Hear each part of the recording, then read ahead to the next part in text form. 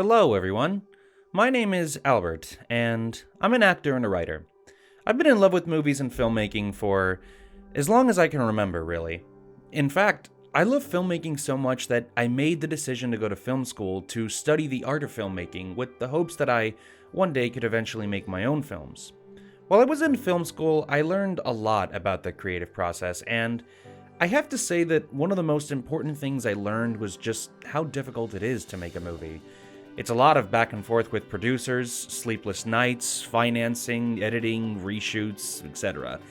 But nevertheless, it's a process that I do love, and I couldn't imagine doing anything else with my life. That is until the release of a little superhero movie called Madam Web. Ezekiel Sims. He was in the Amazon with my mom when she was researching spiders right before she died. You know, I'm so baffled that a movie like this exists in today's day and age. An age where filmmaking is more complicated than ever. An age where your film has to go through so many channels and hoops, all for just the mere possibility of getting made. After seeing Madam Web, I can honestly say that I have never been more insulted, not just as a filmmaker, but as a fellow moviegoer. Thanks to this movie, I have never been more embarrassed to call myself a filmmaker in my entire life. That's a problem for me, and I'm gonna talk about it. Amazon with my mom when she was researching spiders right before she died. Madam Web is hot garbage. There's no getting around that. Is there another more polite, more mature, more sensitive, more studio appeasing way to say that? Sure, but I'm not gonna say it in a nice way. Madam Web is the culmination of one of the biggest problems in cinema today, and I care too much about the future of film to be nice about it. Because when you're nice about it, these studios don't get the message. They use the audience's complacency as an excuse to keep creating these movies by telling themselves that, the response was negative, but not scathing, so we can probably do this again and again and again and again. Well, you know what? That stops today. Playtime's over, boys and girls. It's time for some tough motherfucking love. Emphasis on the word tough. Now, before we go any further, I just want to say that I'm not going to attack any one specific person in this video. I'm not going to talk shit about Dakota Johnson or Sydney Sweeney or even the film's director S.J. Clarkson. In fact, I'm going to defend them because these women, as well as everyone else creatively involved in this piece of shit, was deceived. We'll get into that in a bit. But first, let's walk back in time to understand just how it is that we got to this point.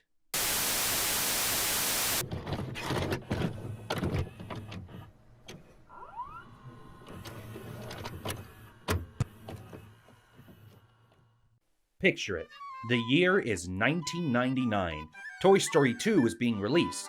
SpongeBob SquarePants is making his television debut. Pokemon is having a major boost in popularity in the US. And Marvel is flat broke. That is such a weird thing to say out loud, and it never gets any less weirder. Being on the verge of bankruptcy, Marvel made the decision a few years prior to sell off the movie rights to their characters to different movie studios. 20th Century Fox got the X-Men and the Fantastic Four, Universal Studios got the Incredible Hulk, and Sony Pictures Entertainment has just acquired the movie rights to the one, the only, the Amazing Spider-Man. Though, this deal has certain conditions. One of them being that Sony must create a Spider-Man or Spider-Man adjacent movie every 5 years and 9 months.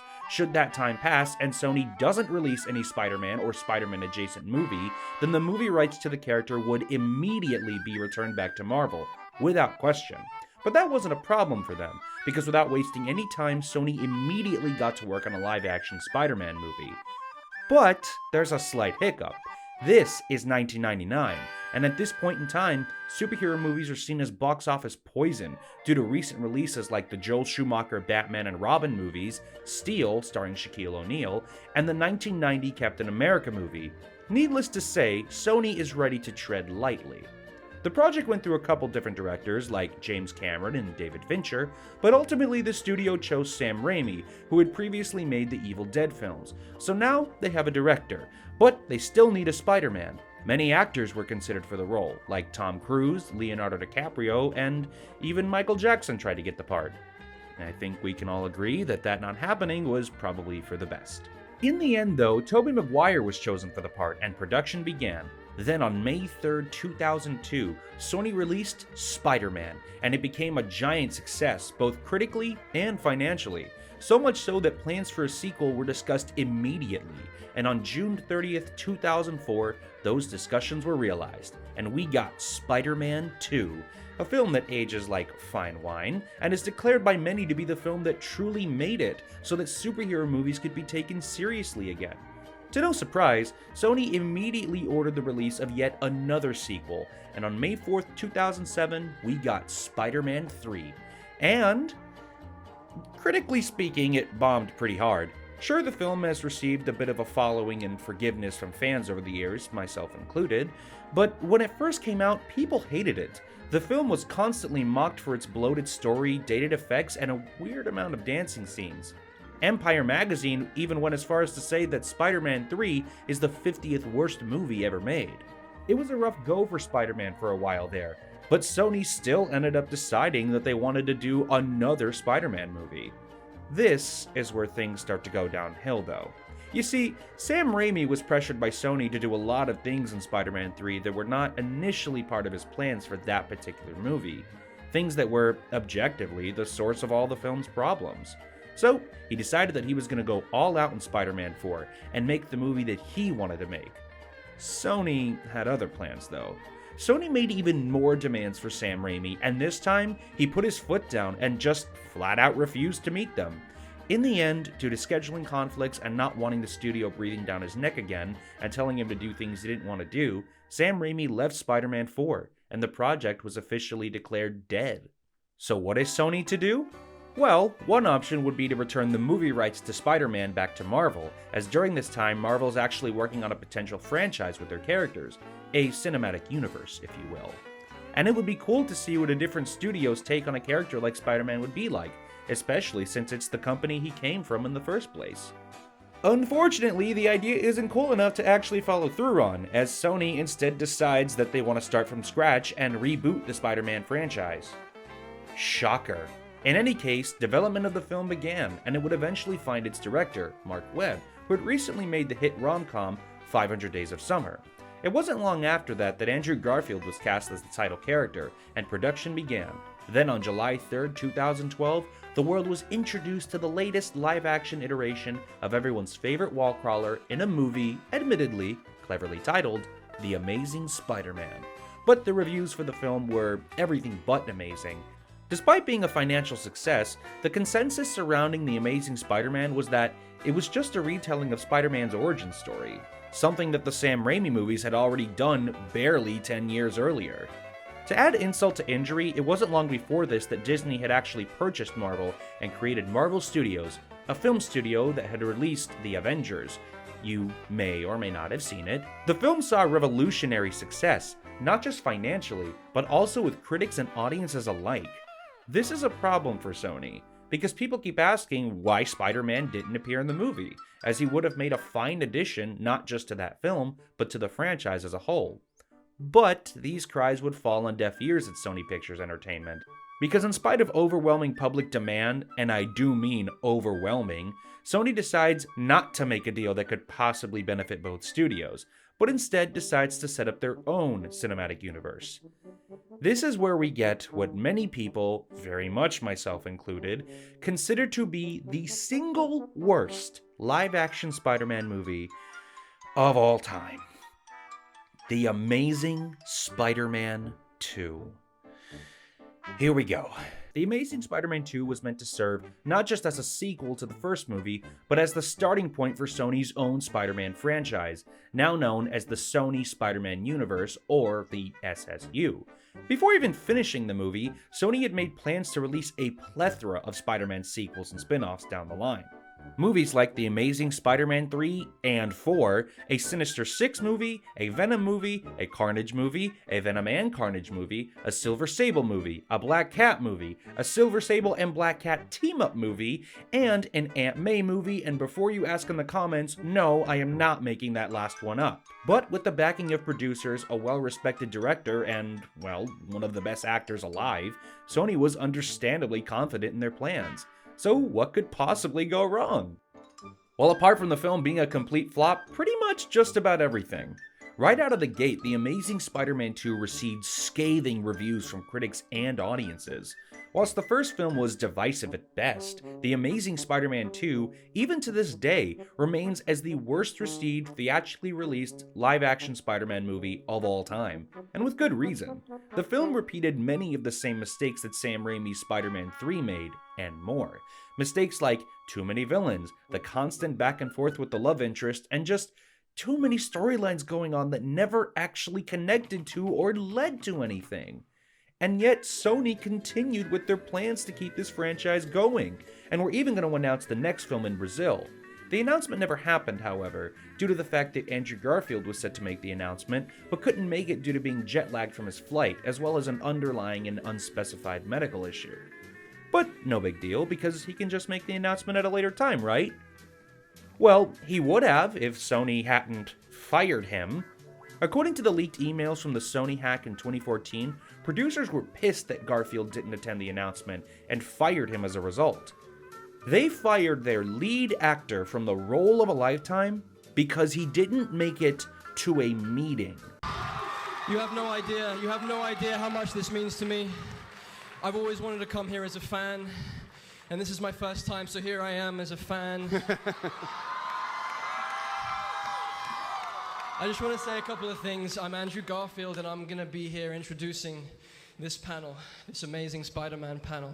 Stan Lee says that the reason why Spidey is so popular is because all of us can relate to him, and I agree. I needed Spidey in my life when I was a kid, and he gave me hope. In every comic I read, he was living out mine and every skinny boy's fantasy of being stronger, of being free of the body I was born into, and that swinging sensation of flight.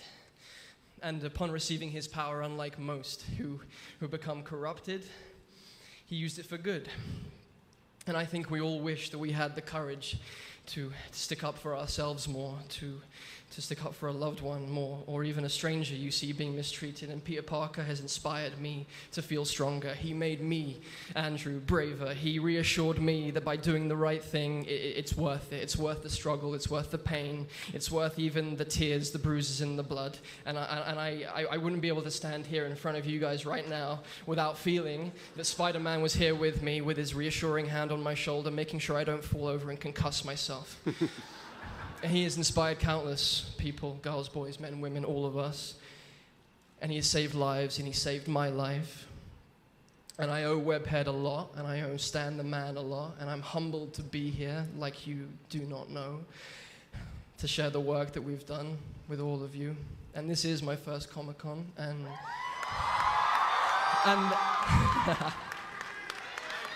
this is definitely the coolest moment of my life, and thank you for being here and sharing it with me. Despite this egregious decision-making process, some good did actually come out of it. Sony was finally ready to throw in the towel. Kind of. Sony realized that they simply can't make a good Spider-Man movie on their own anymore, much less sustain a full-on franchise. So they made a deal with Marvel Studios that allowed Spider-Man to finally join their Marvel Cinematic Universe. But even though Spider-Man would be allowed to appear in the movies, the rights were only being shared, meaning that Spider-Man still technically belonged to Sony. But it's all fine, because we would get to see Spider-Man in the MCU, where he would make his first appearance in Captain America Civil War, or Iron Man 2, depending on who you ask, this time being played by another new actor named Tom Holland. Audiences responded really well to Tom Holland's interpretation of Spider-Man, and he would get not just one, not even two, but 3 solo movies, with a 4th one currently on the way, all of which received overwhelmingly positive reviews. So Spider-Man is finally with the other Marvel superheroes where he should have always been in the first place. His movies are making money again, the character's movie reputation has been restored, and the filmmakers, as well as the fans, are all happy. Oh yeah, it's all coming together. This seems like a good enough plan for Sony to just stick with and just leave it at that. You know, just leave it as it is, just walk away, just don't do anything. It's also the perfect way to gain back the public's trust. It gives the message, we know we messed up. We're sorry. We're going to do right by this character from now on, and we're going to let Marvel write him the way that he needs to be written and let them do the heavy lifting, and we make the money, and we're just going to leave it like that and not do anything else. But surprise, surprise, Sony isn't interested in doing that. Instead, Sony opts to follow through with their idea for the SSU, albeit without any of the previous 3 Spider-Men. Thanks for meeting me, Doc. I've been reading about you. I'm listening. I'm not sure how I got here. Has to do with Spider-Man, I think. They start off this franchise with 2018's Venom, where the titular character is played by legendary actor Tom Hardy. Whilst the film saw success at the box office, it sadly had the same fate as The Amazing Spider-Man and saw mixed reviews. Its sequel, Venom Let There Be Carnage, found itself in a similar position, due to it being a moderate success at the box office, but receiving more negative reviews than its predecessor. After that, Sony released what I can only describe as their last-ditch effort to get people to take their cinematic universe seriously. Morbius, starring Jared Leto. Oh boy. The film received horrible reviews upon its release due to its overuse of CGI, storylines not going anywhere, forgettable characters, and a main character with all the intrigue and personality of a cardboard box. Due to its poor reception, Morbius became the center of countless memes and jokes all over the internet, for quite a while no less. When Sony got word of this, they decided to re-release Morbius in theaters in hopes of, I guess, joining in on the joke. But what happened instead was Morbius received even less money in its second theatrical run, making it what is, at least to my knowledge, the only superhero movie to fail twice in a row. It caused the joke to stop being funny, and it ultimately ended whatever relevancy Sony's Hail Mary had in the first place. This was a new low for Sony. They lost money, they lost public trust, they lost respect. At the time, it was the worst reviewed Spider-Man related movie to date. That is until... Come on! Welcome back to the land of the living. Look, I know I'm late to the game, and there's probably nothing I can say about Madame Web that hasn't already been said, but as opposed to just talking about how awful this film is, I would also like to talk about what it means for the current landscape of cinema. Now, I know that most of you aren't interested in another Chris Stuckman type of response to this movie, but I would just like to add as a side note that I actually completely understand Chris's point of view. Making it as a filmmaker is an incredibly difficult task, one that takes years to accomplish. So I understand that given his understanding of the process, as well as possibly not wanting to jeopardize any future opportunities, he refrained from being honest about this product. But my perspective is that my love for film and my desire to make it in this industry is exactly the reason why I need to make this kind of video. When you're a filmmaker and you're in the public eye, you need to have authenticity, or people are going to see right through that because, well, people are smarter than you think. And before people start making accusations, no, I'm not saying that Chris Stuckman doesn't have any of that same authenticity. I'm merely saying that he has every right to convey his message the way that he wants, which to me is far more authentic than most of the stuff people say on this platform, if we're being honest. To make a long story short, I like to think that he and I have the same perspective, but I'm just choosing to take a different approach. So we all know that Madame Web is a bad product. There's no denying that. But I think it goes beyond just being a bad movie and being full-on poison for cinema. The reason I think this is because it sets a bad example, not just for people who are already running out of reasons to go to the movies in the first place, but also for the newcomers to the industry like myself. Movie theaters really suffered because of the pandemic, and the current landscape of film has really only made it worse. People are tired of seeing movies like Madame Web because it's not really a movie, it's just an empty, useless, defective product. It's just there to take up space and generate money without having to do anything worthwhile. And then you have newbies like me trying to make it in the film world and then not only see movies like this getting made, but also find out what was going on behind the scenes, which can be a little discouraging. It's no secret that in Hollywood people are often scammed, lied to, and betrayed, but in this particular case, it's a classic case of deception. What makes it so deceptive, you might ask? Well, there's pretty strong evidence to support a theory that's been going around that Sony might actually be scamming, telling their actors that these movies are in the MCU. What brought this theory to light was that a while back, Dakota Johnson talked about how she talked to Scarlet Witch actress Elizabeth Olsen for advice on joining the world of Marvel. Then you have people like Jared Leto who hinted that these movies may possibly at some point connect to Spider-Man. And then there's Tom Hardy who said that he would probably kind of cross over with Spider-Man down the line. And then lastly, you have Tyrese, who honestly left no room for doubt, and when asked if Morbius was connected to the MCU, he simply said, yes, it is. I can't wait. Is it part of the MCU? Can you say? Like yes. The Avengers world? Yes. Now, why would any of these actors even consider the possibility that their movies are taking place in the MCU or anywhere near it? Unless that's what they were told.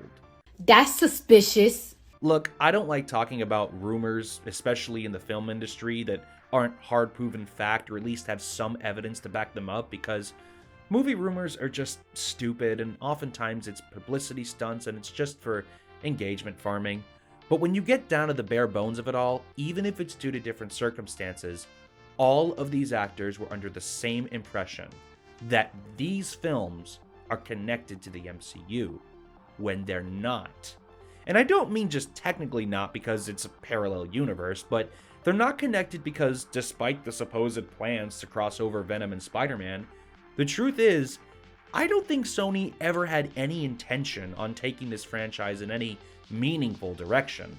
Those cameos from Vulture at the end of Morbius and Tom Holland's Spider-Man at the end of Let There Be Carnage serve as nothing more than just a way to trick people into thinking that this is all leading to something.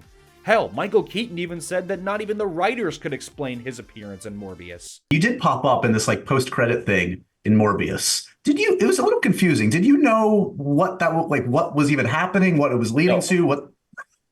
No idea. None. Zero. Then they said, okay. And even they couldn't quite explain it. He said, look, let me just kind of tell you. And I go, okay, I really don't quite know what you're talking about, or even who some of these people are. And he said, okay, let me explain. But it was complicated because they were, obviously looking down the road and said, here's how it's going to work. This is what's going to happen here. And I go, okay, I'm in. Let's just try it. I believe that all of these movies were made for the same reason, to keep Spider-Man at Sony. Despite the quality varying from each movie, they all still exist because Spider-Man is a cash cow, and Sony is not going to let him go without a fight. But here's the thing, and I now speak directly to the higher-ups at Sony Pictures.